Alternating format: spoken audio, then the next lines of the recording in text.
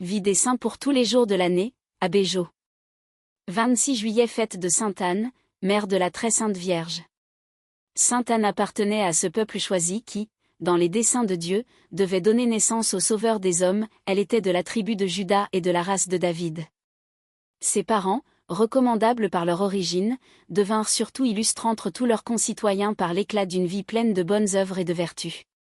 Dieu, qui avait prédestiné cet enfant à devenir l'aïeul du Sauveur, la combla des grâces les plus admirables. Après Marie, aucune femme plus que Sainte Anne ne fut bénie et privilégiée entre toutes les autres. Mais si elle reçut tant de grâce, comme elle sut y répondre par la sainteté de sa vie. Toute jeune enfant, elle était douce, humble, modeste, obéissante et ornée des naïves vertus de son âge. Plus tard, comme elle sut bien garder intact le lit de sa virginité. Comme elle dépassait toutes les filles, ses compagnes, par sa piété, par la réserve de sa tenue, son recueillement et la sainteté de toute sa conduite.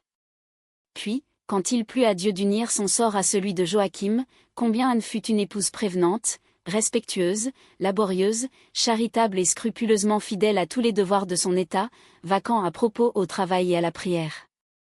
Dieu lui refusa longtemps de devenir mère, elle se soumit humblement à cette épreuve et l'utilisa pour sa sanctification. Mais à l'épreuve succéda une grande joie, car de Joachim et d'Anne, déjà vieux, naquit miraculeusement celle qui devait être la mère du Sauveur et la corédemptrice du genre humain. C'est sans doute un grand honneur pour Sainte Anne, que d'avoir donné naissance à la mère de Dieu, mais il lui revient beaucoup plus de gloire d'avoir formé le cœur de Marie à la vertu et à l'innocence. L'Église célébrera dans tous les âges la piété maternelle de Sainte Anne, et la gloire de sa fille rejaillira sur elle de génération en génération.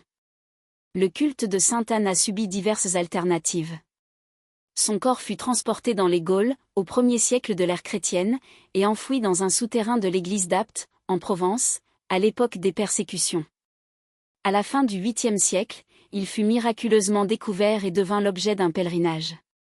Mais c'est surtout au XVIIe siècle que le culte de Sainte Anne acquit la popularité dont il jouit. De tous les sanctuaires de Sainte Anne, le plus célèbre est celui d'Auray, en Bretagne. Son origine est due à la miraculeuse découverte d'une vieille statue de la Grande Sainte, accompagnée des circonstances les plus extraordinaires et suivie de prodiges sans nombre. Sainte Anne d'Auray est encore aujourd'hui l'objet d'un pèlerinage national. Pratique du jour.